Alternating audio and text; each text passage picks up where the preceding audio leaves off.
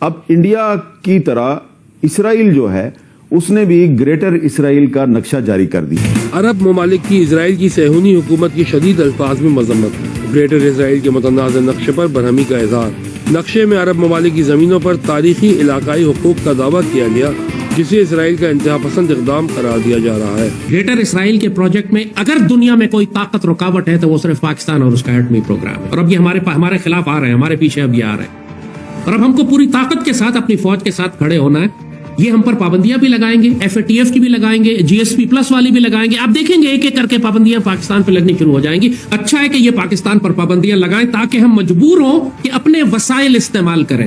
ہمیں بھی جو عادت پڑی ہوئی ہے امریکہ کی طرح بھیک مانگ مانگ کے قرض لے کے گزارا کرنے کی, اب اس کو ہمیں ختم کرنا پڑے. صہیونی حکومت نے گریٹر اسرائیل منصوبے پر کام شروع کر دیا ہے. اسرائیل حکومت کی جانب سے نقشہ جاری کیا گیا ہے گریٹر اسرائیل منصوبے کا, جس میں اردن, لبنان اور شام کے کئی حصوں کو شامل کیا گیا ہے. بخاری صاحب, اب جس طرح سے اسرائیل بہت پہلے سے خواب دیکھ رہا تھا, گریٹر اسرائیل منصوبے نقشہ جاری کر دیا ہے, منصوبے کا پلان بھی بنایا جا رہا تھا. اب آپ کو کیا لگ رہا ہے, کافی زیادہ تنقید کا نشانہ بھی بنایا جا رہا ہے عرب لیگ کی جانب سے, لیکن گریٹر اسرائیل منصوبہ جو ہے اس کو جو ہے عملی جامہ پہنانے کی کوشش کر رہا ہے اسرائیل.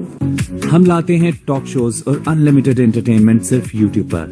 اگر آپ نے ابھی تک ہمارا چینل سبسکرائب نہیں کیا تو ابھی سبسکرائب کریں اور بیل آئیکن کو کلک کر کے ہماری لیٹسٹ ویڈیوز کے بارے میں اپڈیٹ جانیں. اسرائیل کے اس نقشے پر مسلم دیشوں میں ہڑکم مچ گیا ہے. اسرائیل کے اب کچھ لوگ تو یہاں تک لکھ رہے ہیں کہ زیادہ سمجھداری دکھائی تو یہ نقشہ اور بھی بڑا کر دیں گے. دیکھیے, پہلی بات تو یہ ہے کہ یہ اس کا پہلے سب سے اظہار جو ہے وہ اسی یاہو نے UN میں جب تقریر کی تھی جنرل اسمبلی کے سیشن سے, تو اس میں وہ نقشہ لگایا تھا اس نے. یہ پرانی ان کی خواہش بھی ہے, پرانی ان کی سازش بھی ہے. پہلی بات تو یہ کہ یہ لگتا ہے مجھے ایسے کہ اسرائیل وہ واحد ملک ہے جس کے پاس اپنے پڑوسی ملکوں کی جغرافیائی حیثیت تبدیل کرنے کا لائسنس ہے, اور یہ لائسنس ان کو ان تمام ملکوں نے دیا ہے جو بہت بڑے چیمپئن بنتے ہیں ہیومن رائٹس کے, جو بہت بڑے مامے بنتے ہیں ڈیموکریسی کے, جو بہت بڑے دعوے دار ہیں کہ ہم سے زیادہ ہیومن ویلیوز کو کوئی مطلب سمجھتا نہیں ہے. وہ سب چپ سادے ہوئے ہیں اس کی اس حرکات کے اوپر. یہ تاریخی حقیقت ہے کہ یہ یہاں پر پناہ لے کے آ کے کرائے کے گھروں میں رہنے کے لیے آئے تھے. یہ جو مامے بنتے ہیں اسرائیل کے, یہ ان کے باپ کی جگہ نہیں ہے. یہ فلسطینی لینڈ تھی. یہ فلسطینی لینڈ ایک دن ان کو چھوڑنی پڑنی ہے. یہ میری بات آپ یاد رکھیں. یہ جتنی مرضی خواہشات کر لیں, جتنی مرضی یہ کوششیں کر لیں. دوسری بات یہ ہے کہ یہ اردن, لبنان اور شام کے کئی حصوں کو شامل کرنے کی یہ بہت پرانی خواہش ہے. میں نے آپ سے کہا نا کہ یہ کوئی نئی نہیں ہے. مجھے اس بات کی خوشی ہے کہ پرامپٹلی وداؤٹ ویسٹنگ دا ٹائم متحدہ عرب امارات نے, فلسطین نے, سعودی عرب نے, اردن نے اور قطر نے اس حرکت کی اور اس دعوے کی مذمت کی ہے, اور کی جانی چاہیے. دوسری بات یہ ہے کہ اس نقشے کو سب نے ظاہر مسترد کرنا تھا, اس لیے کہ وہ علاقے نہ کبھی تھے ان کے, نہ کبھی ان کے ہونے چاہیے. دوسری بات یہ ہے کہ ایک اور ایکسپوزر جو بہت بڑا ہوا ہے میں سمجھتا ہوں وہ یہ ہے کہ کولمبیا یونیورسٹی کے جو پروفیسر ہیں جیفری سیکس, انہوں نے ویڈیوز جاری کی ہیں جس میں انہوں نے ثابت کرنے کی کوشش کی ہے کہ یہی نیتن یاہو جو ہے یہ عراق میں جو جنگ امریکہ نے چھیڑی تھی اس کے بھی پیچھے یہی تھا, اور اس خطے میں جو تباہ کاری مچائی جا رہی ہے اس کا ذمہ دار بھی یہی ہے. اسرائیل نے جو حاصل کرنا تھا وہ کر لیا ہے, اور وہ اب جو گریٹر اسرائیل پہ آ گیا ہے وہ بتا رہا ہے پوری دنیا کو کہ یہ اگلا سٹیپ ہمارا یہ ہوگا, اور یہ مسلمان کچھ نہیں کر سکتے, یہ ختم ہو گئے, یہ ڈس انٹیگریٹ ہو گئے. مسلم ورلڈ تو رہا نہیں ہے, اما کا کانسیپٹ کچھ ایسا ہے ہی نہیں. پاکستان 2025 میں ہمیں اپنے سروائیول کی جنگ اسی طرح لڑنی پڑے گی جیسے باقی مسلمان ملک لڑ رہے ہیں. ہمارے بالکل دروازے پر ایک بہت بڑی ایٹمی طاقت کسی بھی وقت پاکستان میں داخل ہونے کے لیے تیار ہے. ہمارے بدترین دشمن جو ہمارا وجود مٹانا چاہتے ہیں اور پاکستان کو بھی اسی طرح بھارت میں شامل کرنا چاہتے ہیں جیسے روس نے یوکرین کو شامل کر لیا ہے, یا اسرائیل شام کو شامل کر رہا ہے, یا غزہ کو شامل کرنا چاہتا ہے.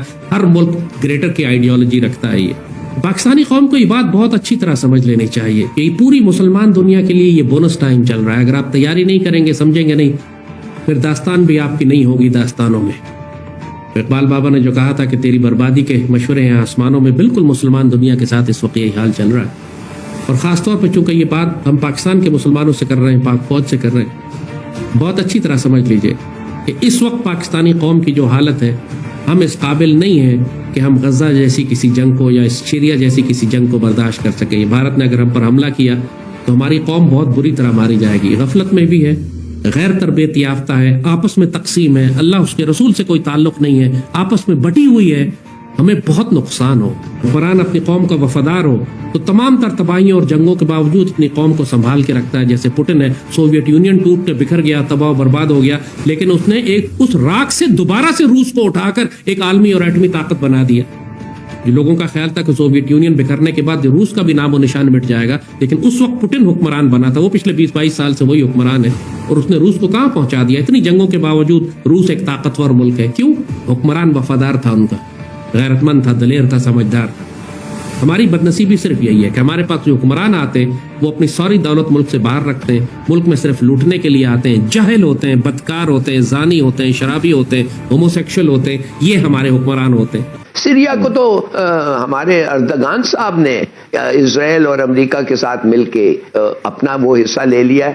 وہ نوچ رہے ہیں سیریا پہ.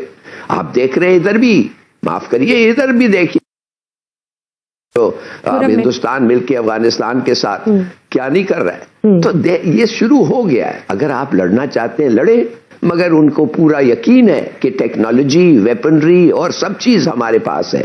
چین تیار نہیں ہے آپ کے لیے آ کے لڑنے کے لیے, اور وہ کیوں لڑے. روس کہتا ہے ہم ابھی تک, ہم تو یہ یوکرین ہی بچاتے دیٹ از انف فار اس. تو یہ سب اس چیز کے لیے اب آپ تیار رہے, you are not able to fight, آپ کچھ نہیں کر سکتے. مطلب اگر اسرائیل مزید ایسکلیشن کی طرف بڑھتا ہے تو امریکہ اور مغربی ممالک کا کیا کردار ہو سکتا ہے؟